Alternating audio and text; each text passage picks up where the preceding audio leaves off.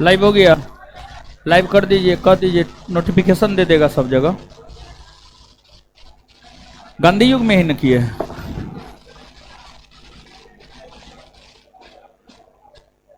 चलिए तो आज खत्म कर देते हैं इसको। ज्यादा कुछ है नहीं, कुछ है कहाँ उसमें।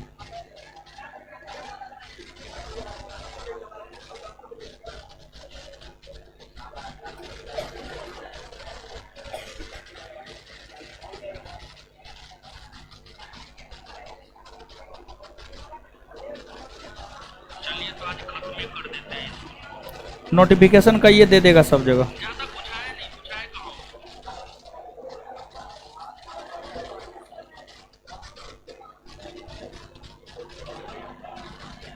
एप्लीकेशन पर भी कहिए दे देगा।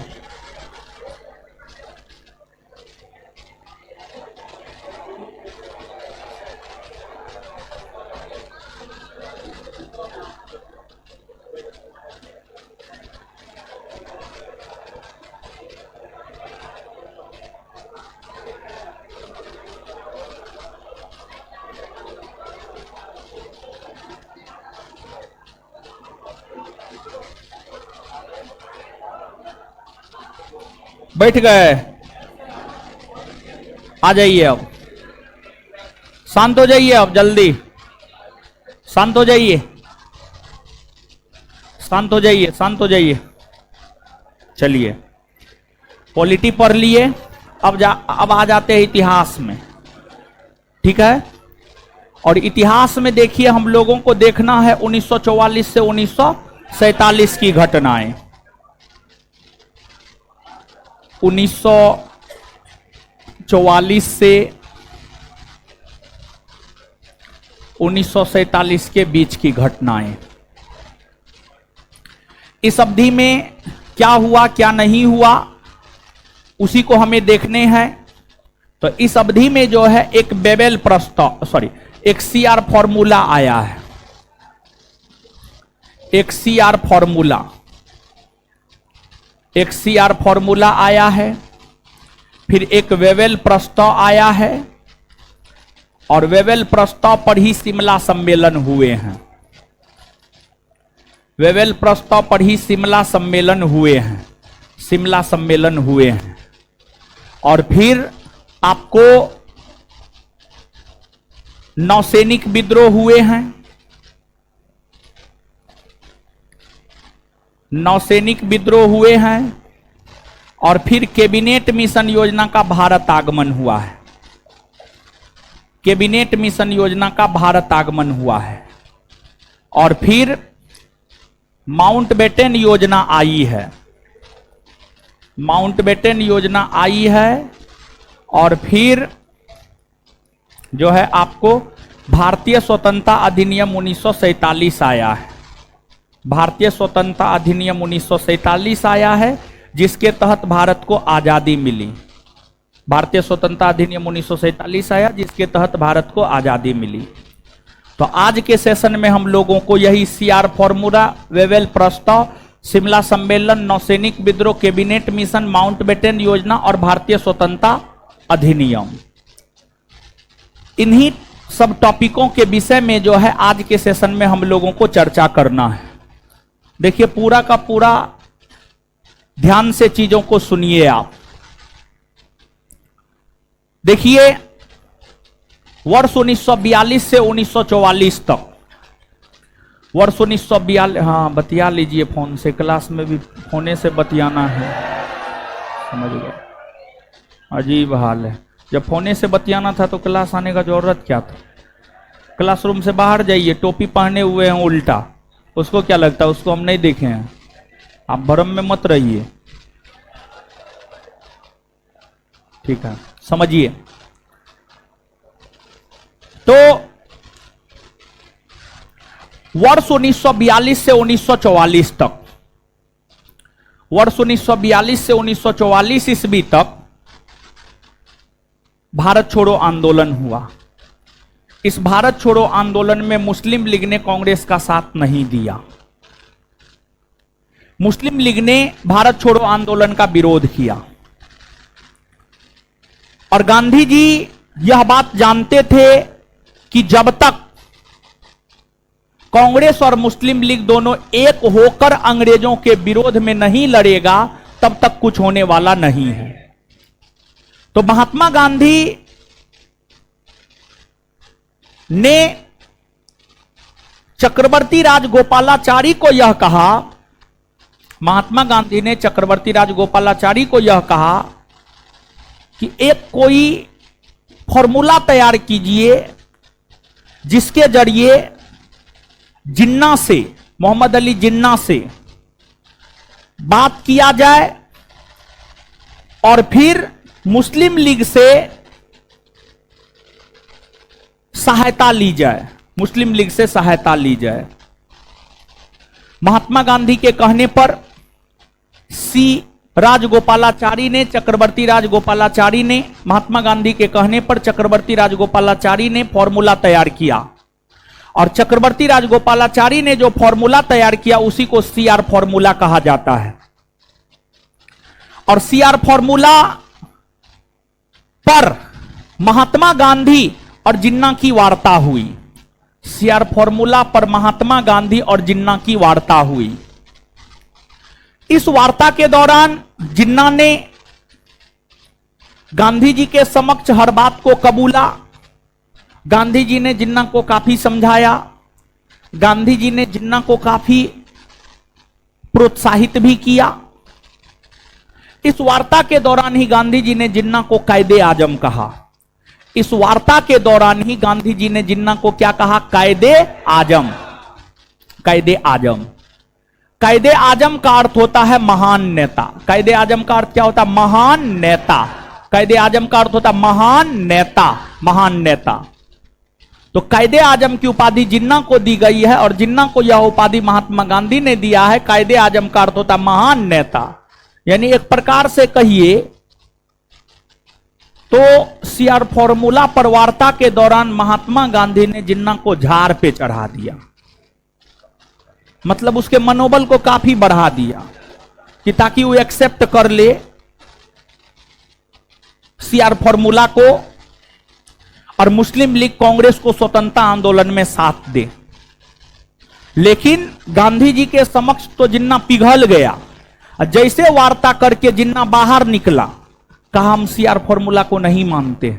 सीआर फॉर्मूला के तहत जो हमें पाकिस्तान मिलेगा वह दिमक लगा और कटा छटा पाकिस्तान मिलेगा। जिन्ना ने यह कहा कि सीआर फॉर्मूला के तहत जो हमें पाकिस्तान मिलेगा वह कटा छटा और दिमक लगा पाकिस्तान मिलेगा, इसलिए हम सीआर फॉर्मूला को स्वीकार नहीं करते हैं। इसलिए हम सीआर फॉर्मूला को स्वीकार नहीं करते हैं।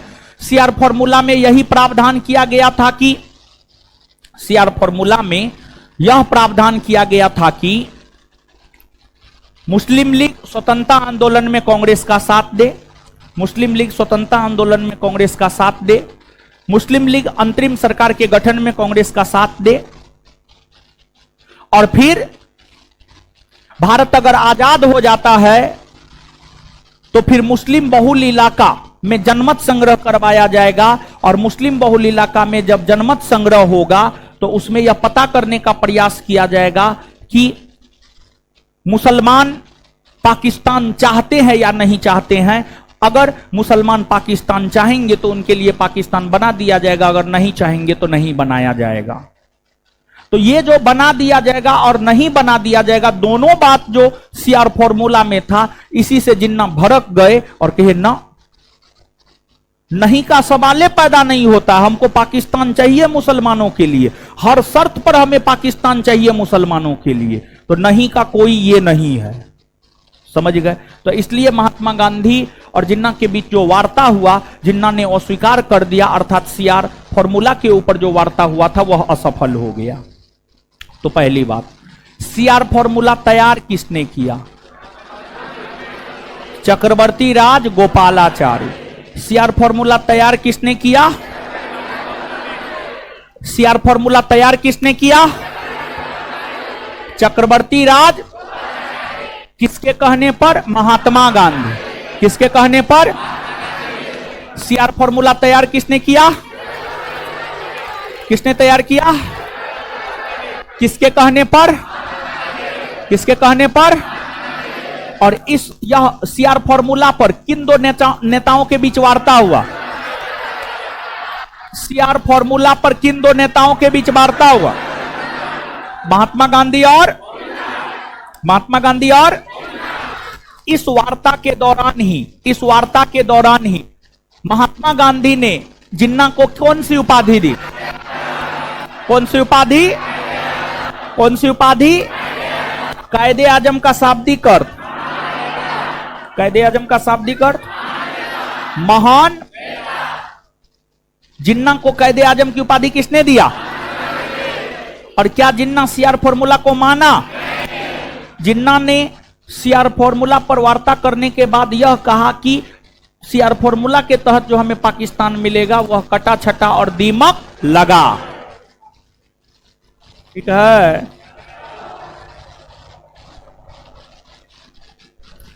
नीचे से लिखिएगा। मोहम्मद अली जिन्ना ने,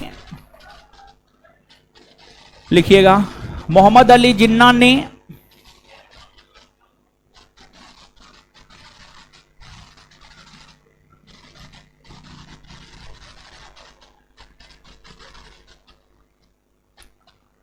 मोहम्मद अली जिन्ना ने सीआर फॉर्मूला को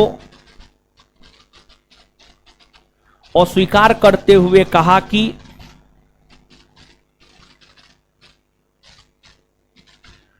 मोहम्मद अली जिन्ना ने सीआर फॉर्मूला को अस्वीकार करते हुए यह कहा कि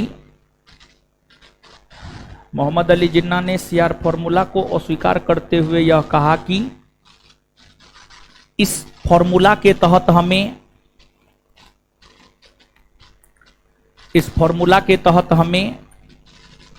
कटा छटा और दीमक लगा पाकिस्तान मिलेगा। इस फॉर्मूला के तहत हमें कटा छटा और दीमक लगा पाकिस्तान मिलेगा। इस फॉर्मूला के तहत हमें कटा छटा और दीमक लगा पाकिस्तान मिलेगा। इस फॉर्मूला के तहत हमें कटा छटा और दीमक लगा पाकिस्तान मिलेगा। इस फॉर्मूला के तहत हमें कटा छटा और दीमक लगा पाकिस्तान मिलेगा। इस फॉर्मूला के तहत हमें कटा छटा और दीमक लगा पाकिस्तान मिलेगा। चलिए अब आगे, वेवेल प्रस्ताव और शिमला सम्मेलन। देखिए, भारत के वायसराय के पद पर लॉर्ड वेवेल रहे हैं। भारत के वायसराय के पद पर लॉर्ड वेवेल रहे हैं 1944 से 1947। भारत के वायसराय के पद पर लॉर्ड वेवेल रहे हैं 1944 से 1947। देखिए, वर्ष 1944-45 ईस्वी में भारत में काफी अव्यवस्था फैली हुई थी और 1944-45 ईस्वी में, है इधर उधर मत कीजिए, सुनिए समझिए, मारेंगे हम मुंह तोड़ देंगे। ठीक है, 1944-45 ईस्वी में भारत में काफी ज्यादा अव्यवस्था फैली हुई थी और 1944-45 ईस्वी में भारत में जो काफी ज्यादा अव्यवस्था फैली हुई थी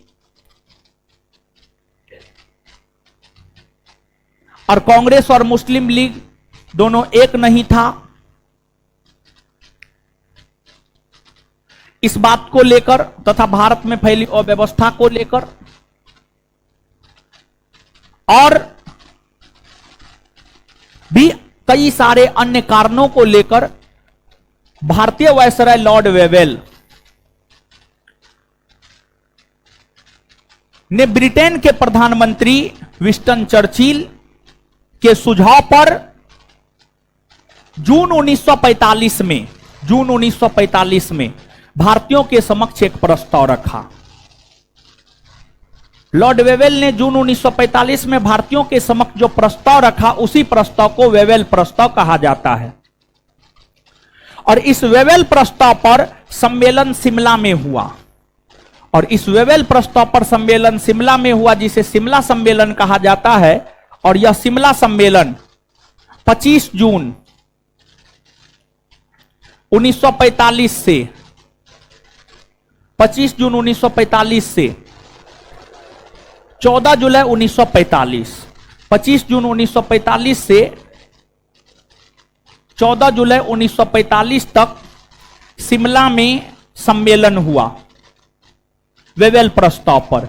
वेवेल प्रस्ताव पर 25 जून 1945 से 14 जुलाई 1945 तक जो सम्मेलन हुआ, इसी सम्मेलन को शिमला सम्मेलन कहा जाता है। क्या कहा जाता है? शिमला सम्मेलन। इस शिमला सम्मेलन में कांग्रेस के तरफ से भाग मौलाना अबुल कलाम आजाद ने लिया था। कांग्रेस के तरफ से भाग लिया था मौलाना अबुल कलाम आजाद। और देखिए, मौलाना अबुल कलाम आजाद शिमला सम्मेलन में कांग्रेस के तरफ से भाग इसलिए लिया था क्योंकि इस समय कांग्रेस के अध्यक्ष मौलाना अबुल कलाम आजाद ही थे। क्योंकि इस समय कांग्रेस के अध्यक्ष मौलाना अबुल कलाम आजाद ही थे। आप याद कीजिए, 1940 से 46 तक कांग्रेस के अध्यक्ष मौलाना अबुल कलाम आजाद ना रहे? हाँ या ना? हाँ। दूसरी बात, मुस्लिम लीग के तरफ से इसमें भाग लिया था मोहम्मद अली जिन्ना। मुस्लिम लीग के तरफ से भाग कौन लिया था? मोहम्मद अली जिन्ना। मुस्लिम लीग के तरफ से भाग कौन लिया था? मोहम्मद अली जिन्ना। मोहम्मद अली जिन्ना, ठीक है। लेकिन हुआ क्या, जब कांग्रेस के तरफ से मौलाना अबुल कलाम आजाद भाग लिया, जो कि मुसलमान था, तो जिन्ना ने कहा कि शिमला सम्मेलन में मुसलमान सिर्फ मुस्लिम लीग के तरफ से भाग लेगा, कांग्रेस के तरफ से मुसलमान भाग नहीं लेगा। जिन्ना ने कहा कि शिमला सम्मेलन में मुसलमान सिर्फ मुस्लिम लीग के तरफ से भाग लेगा, कांग्रेस के तरफ से भाग नहीं लेगा। लेकिन मौलाना आजाद मुसलमान थे, कांग्रेस के तरफ से भाग लिए। जिन्ना और गया कि ना, कांग्रेस के तरफ से कोई हिंदू भाग ले, मौलाना अबुल कलाम आजाद भाग नहीं ले, क्योंकि मुसलमानों का प्रतिनिधित्व मुस्लिम लीग करता है, इसलिए मुसलमान कांग्रेस की तरफ से भाग नहीं लेगा। लेकिन कांग्रेस भी इस बात पर अड़ गए, कांग्रेस भी इस बात पर अड़ गए ना, हमारा अध्यक्ष तो मौलाना अबुल कलाम आजाद है, भाग तो वही लेगा। गांधी जी उस समय शिमला में मौजूद थे, और गांधी जी के इशारा पर सब हो रहा था। गांधी जी कहे ना, जिन्ना जो कहेगा वो थोड़े होगा, हमारा बात सीआर फॉर्मूला में नहीं माना, हम इसका बात मानेंगे। कांग्रेस ने कहा ना, मेरा अध्यक्ष आजाद जी हैं, वही भाग लेंगे। अब दोनों अड़ गया इस बात को लेकर। अंततः लॉर्ड वेवेल ने घोषणा कर दिया कि यह सम्मेलन असफल है, यह सम्मेलन असफल है, इससे कुछ भी निर्णय निकलने वाला, क्योंकि ना मुस्लिम लीग एक कदम अपना पीछे हटाना चाहता था, ना कांग्रेस अपना एक कदम पीछे हटाना चाहता था। तो कोई भी अपना एक कदम पीछे नहीं हटाना चाहता था, इसलिए जो है शिमला सम्मेलन और वेवेल प्रस्ताव क्या हो गया? असफल। क्या हो गया? तो बताइए, 1944-45 में भारत में फैली अव्यवस्था को लेकर किस भारतीय वायसराय ने वेवेल प्रस्ताव रखा? किसने? किसने? वेवेल प्रस्ताव पर सम्मेलन कहां आयोजित हुआ? कहां आयोजित हुआ? शिमला सम्मेलन किस प्रस्ताव पर आयोजित हुए? शिमला सम्मेलन किस प्रस्ताव को लेकर आयोजित? और शिमला सम्मेलन में कांग्रेस के तरफ से भाग कौन लिए? कांग्रेस के तरफ से भाग कौन लिए? मुस्लिम लीग के तरफ से भाग कौन लिए? कौन लिए? और मुस्लिम लीग और जिन्ना यह चाहता था कि शिमला सम्मेलन में मुसलमान सिर्फ मुस्लिम लीग के तरफ से भाग ले, कांग्रेस के तरफ से भाग। इसी बात को लेकर शिमला सम्मेलन क्या हो गया? असफल। क्या हो गया? चलिए अब आ जाते हैं, हम लोग देखते हैं नौसैनिक विद्रोह।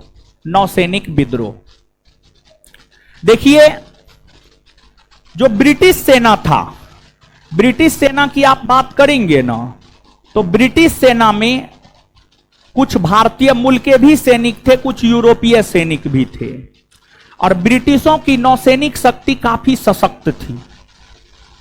और ब्रिटिशों की जो नौसैनिक शक्ति थी ब्रिटिशों की जो नौसेना थी, उस नौसेना में कुछ भारत के लोग भी थे और कुछ यूरोपीय लोग भी थे। कुछ भारत के लोग भी थे और कुछ यूरोपीय लोग भी थे। कुछ यूरोपीय लोग भी थे। तो ब्रिटिश सेना में एक भारतीय मूल का व्यक्ति शामिल था, जो कि ब्रिटिश सेना के अधीन नौसेना हुआ करता था। उसका नाम था बीसी दत्त। उसका नाम था बीसी दत्त। बीसी दत्त। और देखिए, जैसे आप पुलिस बनिएगा ना, तो आपको ट्रेनिंग दिया जाएगा, तब लाठी दिया जाएगा या राइफल सब दिया जाएगा। बिना ट्रेनिंग का कुछ नहीं दिया जाएगा। तो जो ब्रिटिश सेना में नौसैनिक शामिल होते थे, उन्हें तलवार नामक जहाज पर प्रशिक्षण दिया जाता था, ट्रेनिंग दिया जाता था। तो ब्रिटिश सेना में शामिल होने वाले नौसैनिकों को तलवार नामक जहाज पर प्रशिक्षण दिया जाता था। ब्रिटिश सेना में शामिल होने वाले नौसैनिकों को तलवार नामक जहाज पर प्रशिक्षण दिया जाता था। एक भारतीय मूल के सिपाही थे, नौसैनिक थे, बीसी दत्त। बीसी दत्त ने तलवार नामक जहाज पर लिखा, अंग्रेज भारत छोड़ो। और भी कई सारे आपत्तिजनक नारे बीसी दत्त ने तलवार नामक जहाज पर लिखा। तो बीसी दत्त नामक नौसैनिक ने तलवार नामक जहाज पर कुछ आपत्तिजनक टिप्पणी लिखा, जैसे अंग्रेज भारत छोड़ो, और भी बहुत कुछ नारा लिखा।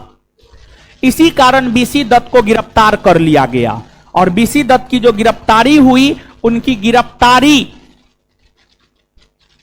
के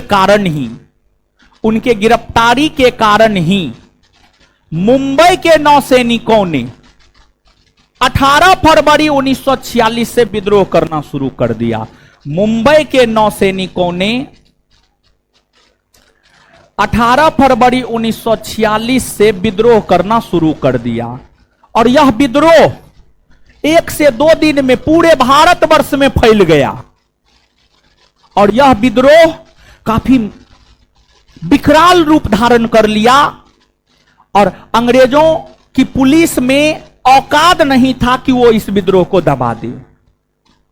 और फिर अंग्रेजों ने सरदार पटेल और मोहम्मद अली जिन्ना से बात किया और कहा कि अब आप ही लोग विद्रोही को मना सकते हैं, तभी विद्रोह समाप्त होगा, नहीं तो विद्रोह समाप्त नहीं होगा। तो विद्रोह के विकराल और भीषण रूप को देखते हुए विद्रोही सैनिक और अंग्रेजों के बीच मध्यस्थता सरदार पटेल और मोहम्मद अली जिन्ना ने किया।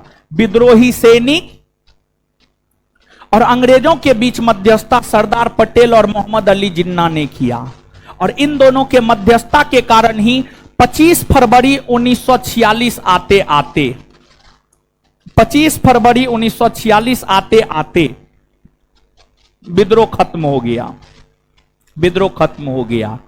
और जब विद्रोही सैनिक विद्रोह खत्म किए, तो सरदार पटेल और मोहम्मद अली जिन्ना के समक्ष विद्रोही सैनिकों ने कहा कि मैं अंग्रेजों के समक्ष आत्मसमर्पण नहीं कर रहा हूं, बल्कि मैं भारतीयों के समक्ष आत्मसमर्पण कर रहा हूं। मैं भारत के समक्ष आत्मसमर्पण कर रहा हूं। मैं भारत के समक्ष आत्मसमर्पण कर रहा हूं। यही आपको नौसैनिक विद्रोह है। दीजिए तो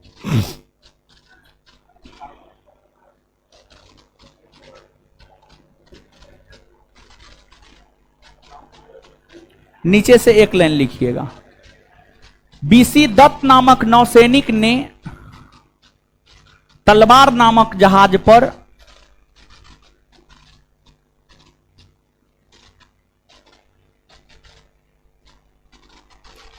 बीसी दत्त नामक नौसैनिक ने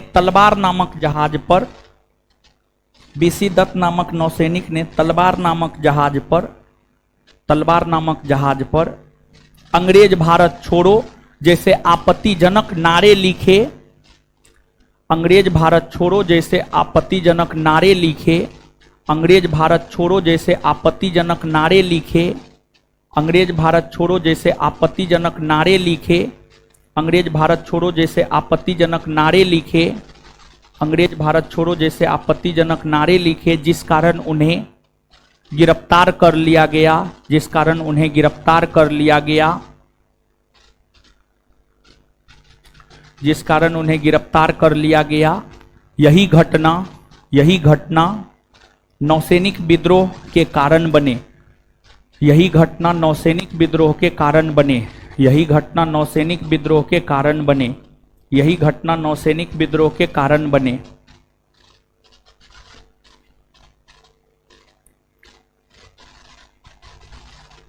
चलिए आइए बताइए, भारतीय नौसैनिकों को प्रशिक्षण कौन जहाज पर दिया जाता था? कौन जहाज पर? भारतीय नौसैनिकों को प्रशिक्षण कौन जहाज पर दिया जाता? भारतीय नौसैनिकों को प्रशिक्षण कौन जहाज पे दिया? और नौसैनिक विद्रोह की शुरुआत कब हुई है? कब हुई है? किस नौसैनिक को गिरफ्तार कर लिया गया और किसकी मध्यस्थता में विद्रोह समाप्त हुआ? सरदार पटेल और मोहम्मद अली। चलिए आगे, कैबिनेट मिशन योजना देखिए। कैबिनेट मिशन योजना की अगर आप बात करेंगे तो जो कैबिनेट मिशन योजना है, कैबिनेट मिशन योजना का भारत आगमन 24 मार्च 1946 को हुआ। कैबिनेट मिशन योजना में 3 सदस्य था, जिसको याद रखने का ट्रिक है काल। के से क्रिप्स, ए से अलेक्जेंडर और एल से लॉरेंस। के से क्रिप्स, ए से अलेक्जेंडर और एल से लॉरेंस। एल से लॉरेंस, समझ गए? एल से लॉरेंस, यही 3 सदस्य थे, जिसमें कैबिनेट मिशन योजना की अध्यक्षता पेंथिक लॉरेंस ने किया था। अध्यक्षता किसने किया था? पेंथिक लॉरेंस। पेंथिक लॉरेंस। देखिए, कैबिनेट मिशन योजना भारत आया। भारत आने के बाद कैबिनेट मिशन योजना ने कांग्रेस और मुस्लिम लीग के सदस्यों से मुलाकात की और कैबिनेट मिशन योजना ने अपनी सिफारिश मई 1946 में रखी। मई 1946 में रखी। कैबिनेट मिशन योजना में भारत विभाजन की बात नहीं थी, पाकिस्तान के निर्माण की बात नहीं थी, जिस वजह से मुस्लिम लीग ने कैबिनेट मिशन योजना को अस्वीकार कर दिया। कैबिनेट मिशन योजना में कहा गया था कि प्रांतों का समूहीकरण होगा, प्रांतों को ग्रुप में बांटा जाएगा। हिंदू बहुल इलाका के लिए अलग ग्रुप होगा, मुस्लिम बहुल इलाका के लिए अलग ग्रुप होगा। प्रांतों को ग्रुप में बांटा जाएगा, अर्थात प्रांतों का समूहीकरण किया जाएगा। यह बात कैबिनेट मिशन योजना में कही गई और यह भी कहा गया कि भारत के लिए संविधान निर्माण को लेकर संविधान सभा का गठन किया जाएगा। ये तमाम प्रकार की बातें कैबिनेट मिशन योजना में की गई। लेकिन अगर आप बात करेंगे मुस्लिम लीग की, तो मुस्लिम लीग ने कैबिनेट मिशन योजना को अस्वीकार कर दिया और मुस्लिम लीग ने कैबिनेट मिशन योजना को इसलिए अस्वीकार कर दिया क्योंकि इसमें पाकिस्तान के निर्माण की बात नहीं थी। और फिर मोहम्मद अली जिन्ना, जो कि मुस्लिम लीग के सबसे प्रमुख सदस्य थे, उन्होंने घोषणा किया कि 16 अगस्त को 1946 ईस्वी में हम लोग प्रत्यक्ष कार्रवाई दिवस के रूप में मनाएंगे। और फिर पूरे भारतवर्ष में 16 अगस्त को मुसलमानों ने प्रत्यक्ष कार्रवाई दिवस के रूप में मनाया। और फिर मोहम्मद अली जिन्ना ने काफी भड़काऊ नारे लगा।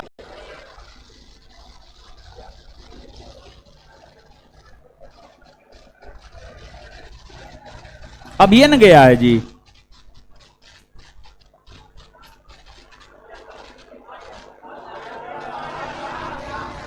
आ गया।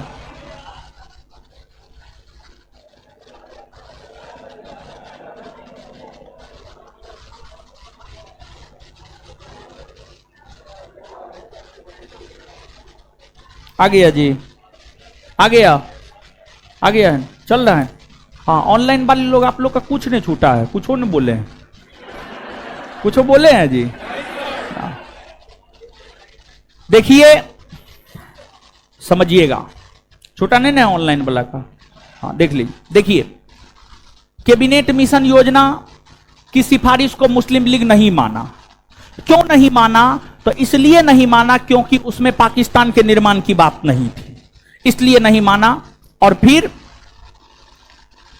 कैबिनेट मिशन योजना को मुस्लिम लीग अस्वीकार करते हुए यह घोषणा किया कि 16 अगस्त 1946 को प्रत्यक्ष कार्रवाई दिवस के रूप में मनाएंगे। और फिर 16 अगस्त 1946 को प्रत्यक्ष कार्रवाई दिवस के रूप में मनाया गया और इसी तिथि से भारत में दंगा शुरू हो गया।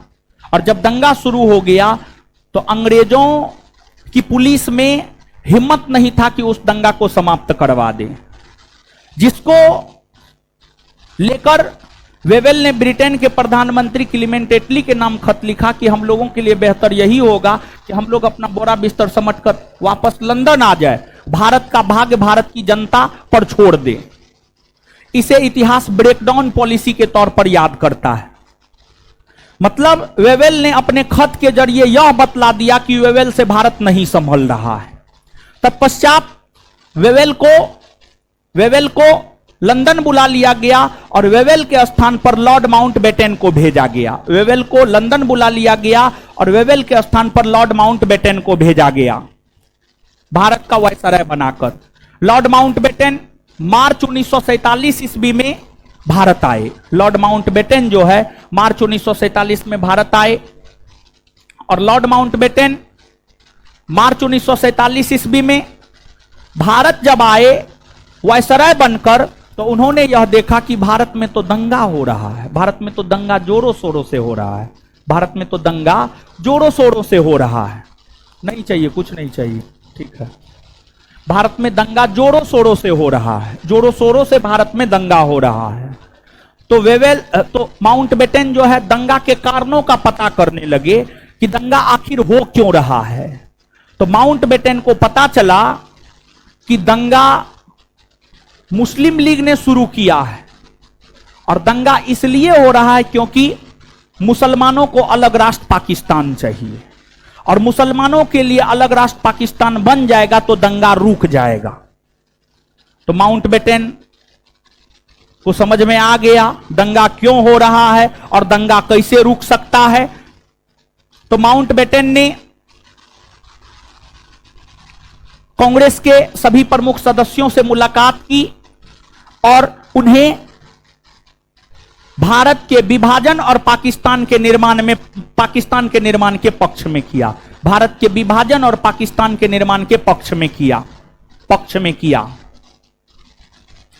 पहले तो कांग्रेस के लोग भारत विभाजन और पाकिस्तान निर्माण के पक्ष में नहीं थे, लेकिन माउंटबेटन ने कांग्रेस के प्रमुख नेताओं को, गांधी जी को, सरदार पटेल को, पंडित नेहरू को समझाया कि अगर आप भारत का विभाजन नहीं करेंगे, पाकिस्तान नहीं बनाएंगे, तो फिर ये दंगा बंद होने वाला नहीं है।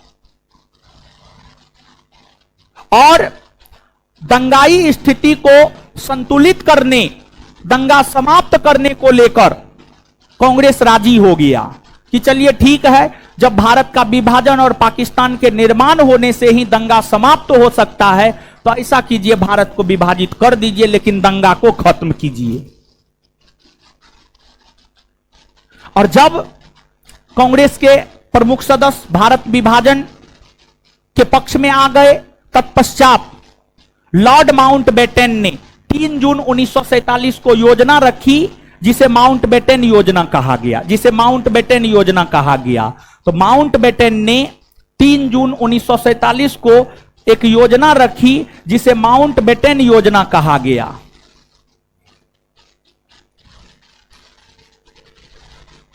और जो माउंटबेटन योजना था, इस माउंटबेटन योजना में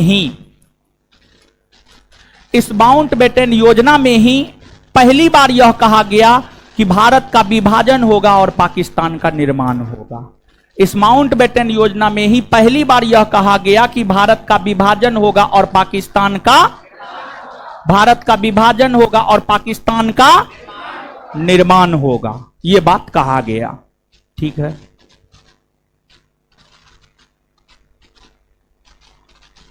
और माउंटबेटन योजना में यह कहा गया 15 अगस्त 1947 को भारत की सत्ता भारतीयों के हाथ में दे दी जाएगी, लेकिन उसके ठीक एक दिन पहले 14 अगस्त 1947 को भारत का विभाजन करके पाकिस्तान का निर्माण किया जाएगा।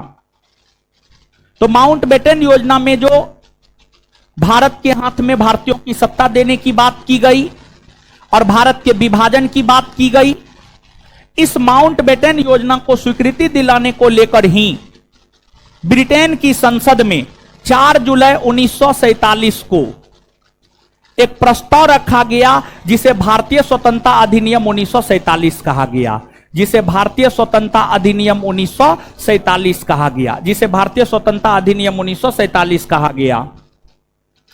और भारतीय स्वतंत्रता अधिनियम 1947 को ब्रिटेन की संसद ने 18 जुलाई 1947 को पारित कर दिया। 18 जुलाई 1947 को ब्रिटेन की संसद ने पारित कर दिया।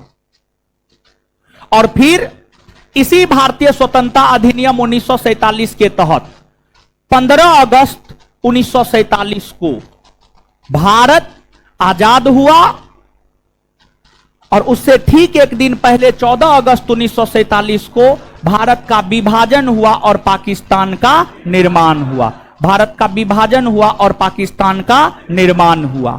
और 14 अगस्त को विभाजन विभीषिका दिवस के तौर पर हम लोग मनाते हैं। और दूसरी बात यह है कि जब भारत आजाद हुआ था तो उस समय गांधी जी कांग्रेस के सदस्य नहीं थे और उस समय गांधी जी नोआखोली में थे और गांधी जी ने यह सलाह दिया था कि कांग्रेस को समाप्त कर दिया जाए, क्योंकि कांग्रेस का काम था देश को आजादी दिलाना। अब देश आजाद हो चुका है, इसलिए कांग्रेस को समाप्त कर दिया जाए।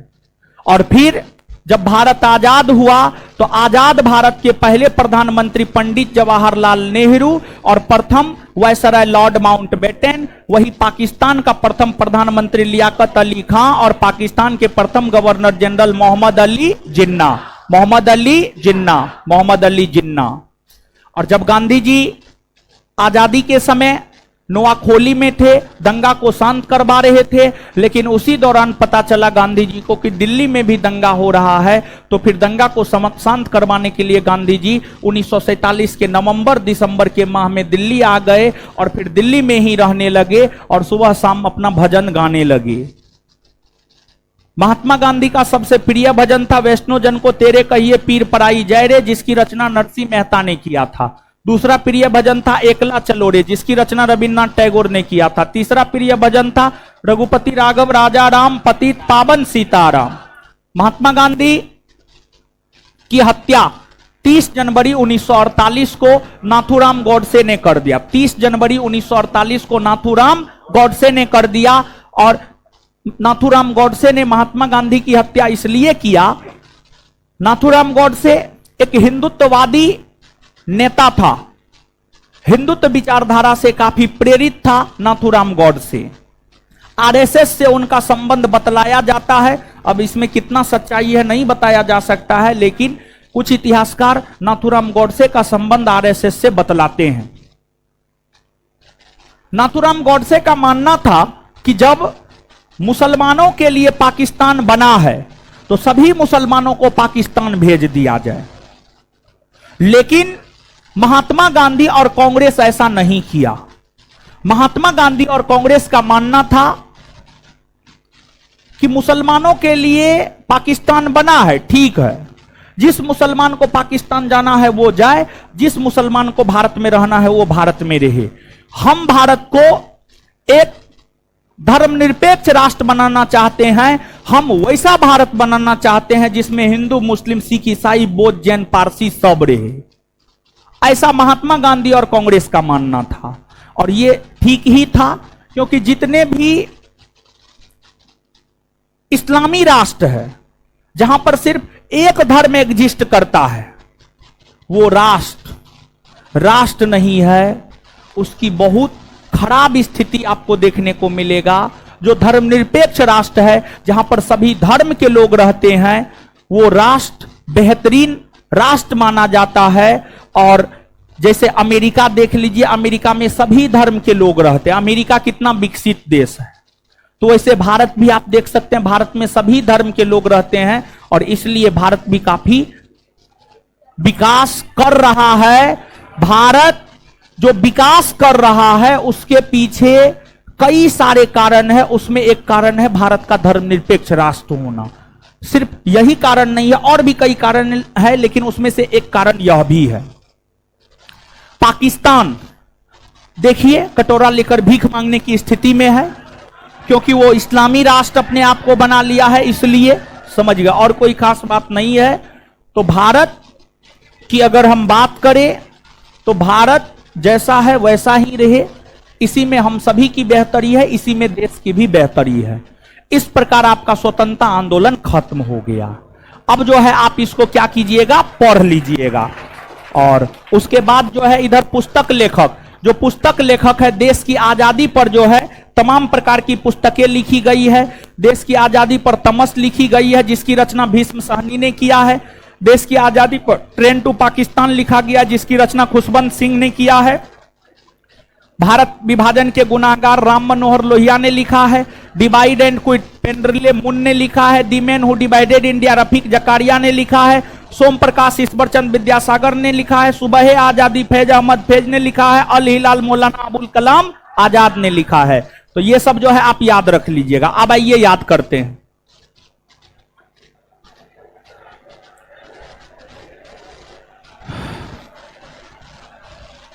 चलिए, कैबिनेट मिशन योजना का भारत आगमन कब हुआ? कैबिनेट मिशन योजना का भारत आगमन कब हुआ? कैबिनेट मिशन योजना में कितने सदस्य? कितने सदस्य? कौन कौन? क्रिप्स, अलेक्जेंडर और लॉरेंस। क्रिप्स, अलेक्जेंडर और कैबिनेट मिशन योजना की अध्यक्षता किसने किया? किसने किया? और मुस्लिम लीग ने कैबिनेट मिशन योजना की सिफारिशों को अस्वीकार किया। प्रत्यक्ष कार्रवाई दिवस मनाया कब? भारत में दंगा की शुरुआत कब से हुई? कहां से हुई? कहां से हुई? माउंटबेटन योजना कब रखी गई है? कब रखी गई है? माउंटबेटन योजना ब्रिटेन की संसद में कब रखी गई है? इसे ब्रिटेन की संसद ने पारित कब किया? भारत आजाद कब हुआ? भारत आजाद कब हुआ? 15 अगस्त 1900। भारत का विभाजन और पाकिस्तान का निर्माण कब हुआ? कब हुआ? 14 अगस्त 1900।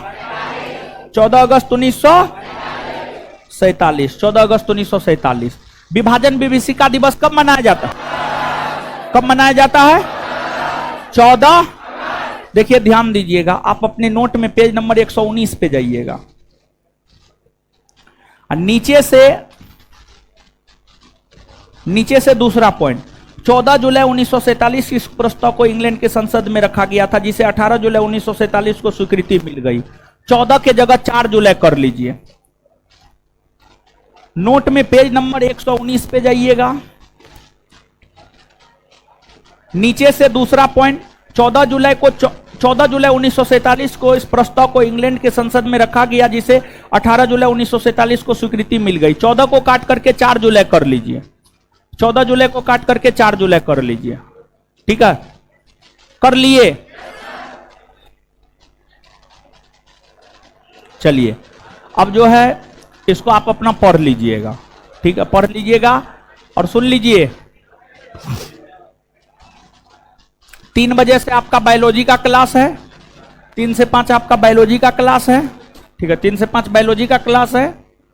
और उसके बाद जो है 3 से 4:30 पौने 5 बायोलॉजी का क्लास है। और फिर 5 बजे से जो है पॉलिटी का क्लास होगा। 5 से 6:30 7 बजे तक पढ़ाएंगे पॉलिटी। और उसके बाद जो है फिर लड़की लोग को आज ही शाम में जो है पुस्तक दे दिया जाएगा 7 से 9 के बीच में। ठीक है, और उसके बाद लड़का लोग पे भी विचार विमर्श कर रहे हैं। ठीक है, और आप लोग को भी देख रहे हैं क्या होता है। पहले आज लड़की लोग को देने दीजिए, उसके बाद लड़की लोग को आज देने दीजिए, उसके बाद। ठीक है, तो मिलते हैं 3 बजे बायोलॉजी के साथ और 5 बजे पॉलिटी के साथ। हमको निकलने दीजिए, तब